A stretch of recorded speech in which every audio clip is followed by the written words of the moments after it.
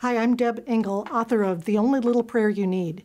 Sometimes people ask me how to use the prayer, and my first answer is use it for everything. Use it whatever comes up during the day. If you're late for a meeting, ask for your fear-based thoughts about being late for the meeting to be healed. If you get up and you feel like you're catching a cold, ask for your fear-based thoughts about wellness or about getting sick to be healed. Use it for everything. But one of the areas where I think so many people have challenges is in the area of relationships. I know that that was true for me. I was married for 7 years, got divorced, and then was single for about 15 or 16 years before I met my husband. During those years, I went back and forth between thinking, why would I get married again? And desperately wanting to find my life partner. And in all of that back and forth, I can look back now and say, wow, I had so many fears about relationships. The world teaches us that we're afraid of other people or about how they're going to act or what our relationships with that other person will be like. But in truth, all of those fears were about myself. And I truly believe that all of our fears are always deep down about ourselves. I wasn't sure if I was really good enough for a relationship, if I could trust somebody. I wasn't sure if I was lovable, if I deserved to have a really peaceful, happy relationship. I wasn't even sure what that would look like, or if I would be happy once I got into it. So I know over the past probably 10, 12 years of really working with women in particular a lot on personal and spiritual growth, I know that that's a big issue for a lot of us. One question is, can I find my soulmate, my life partner? And the other is, if you're in a relationship, how can I make this relationship better? How can I make it a relationship that really fulfills my needs and the other person's needs and takes it to a whole different level of happiness and of joy? That's where I think, again, this prayer comes in so handy. It's universal for everything, but it's especially powerful, I think, in relationships. Typically, we'll pray something like, please heal my marriage, or please fix my spouse or my partner. But this prayer is, please heal my fear-based thoughts about my relationship. Please heal my fear-based thoughts about me. Please heal my fear-based thoughts about my worthiness to be in a great relationship.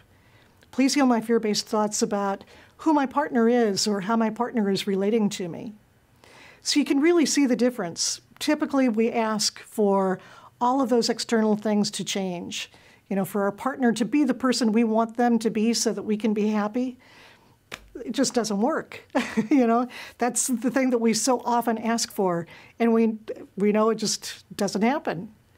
So what we really need to do is not to focus on how can the other person be changed, or how can we find that perfect person out there who's going to be the perfect match for us, but instead, how can we heal the fear-based thoughts within us that keep us stuck in a relationship that doesn't work, keeps us stuck in patterns of sabotaging relationships, keeps us from, maybe pushing people away who could be really good for us, but we're really afraid of joy, and so we push that away when it starts to show up in our lives. We do so many things not even knowing it to keep great relationships, great people at a distance from us, even the ones that we live with in the same household.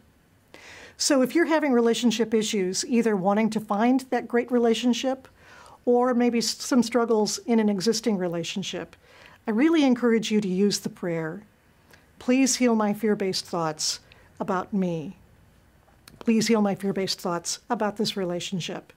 And then just pay attention, really pay attention to the subtle or big changes that go on in you.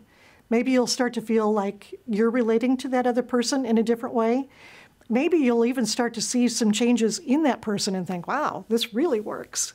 It's not because that person is changing, but because something has shifted in you, and that has altered the dynamics of that relationship so that the other person can come from love just like you can come from love.